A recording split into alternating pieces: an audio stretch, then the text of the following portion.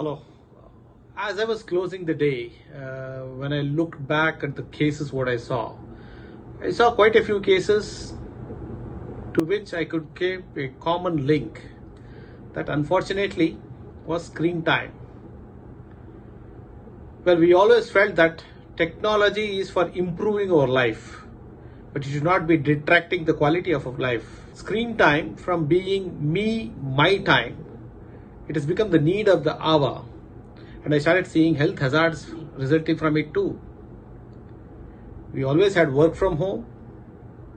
We started school from home now, including online classes, innumerable DTH connections, Netflix, Amazon Prime, Ramayana, Mahabharata, and my favorite Malgudi days, a lot of sports program. All these things has resulted in enhanced screen time, especially during this period. This is leading to significant social, psychological, and occupational impairments. It is also going further can cause poor grades among students, discord among couples, and reduced work performance among the employees, because many of us will start having reduced attention spans. What is the ideal screen time? If you ask me, it is very controversial. Could be around 2 hours only. So what are the side effects or the effects, adverse effect of what we are having now due to enhanced screen time usage? The acute effects is digital eye strain, which is seen in almost up to 80% of the people who use these screens for prolonged duration. It could result in dry eyes, blurred vision, headaches, fatigue, sleeplessness, muscular pains, repetitive strain injuries, changes in the behavior, poor attention span. In the long run, it can cause depression also.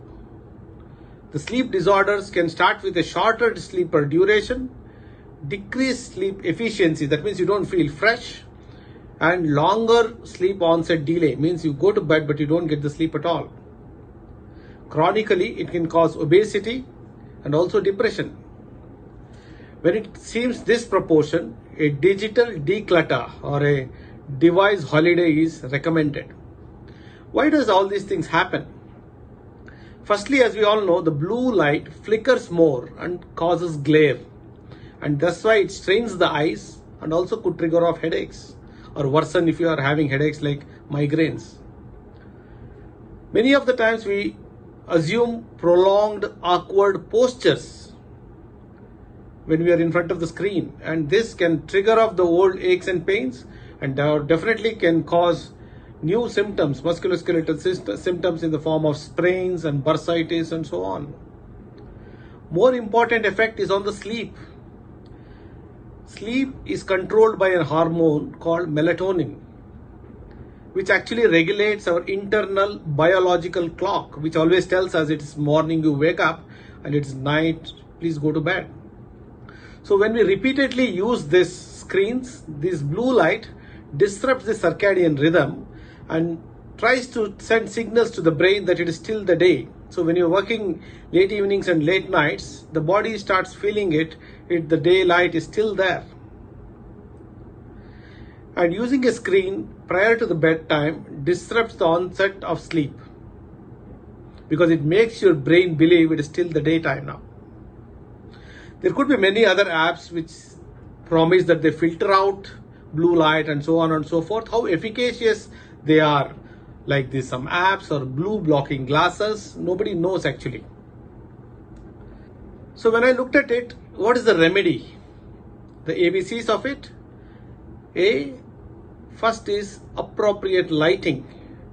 We should achieve a balance between natural light and artificial light. Avoid shadows and glarings. It's generally recommended that the light should be placed parallel to the window. Secondly, we should take breaks. For every 20 minutes, at least for 20 seconds, look about 20 feet farther and blink often. When you blink, it moistens the eye and gives rest also. Change your habit about the duration of the device, the posture we sit, frequently do stretches, and look at the angulation in which you are using the device.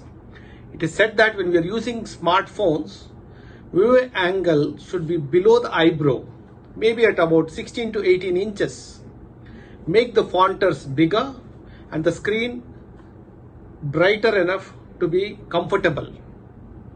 If you're using a computer monitor or the laptops, it should be at 20 to 28 inches and the eye level should be 5 inches above the center of the screen, they say.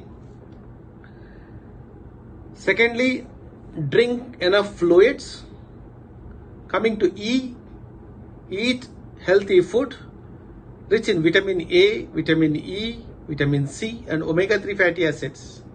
A more important part of E is not to eat when you are in front of the screen, especially the junk food. Forgo the device for at least an hour before you sleep.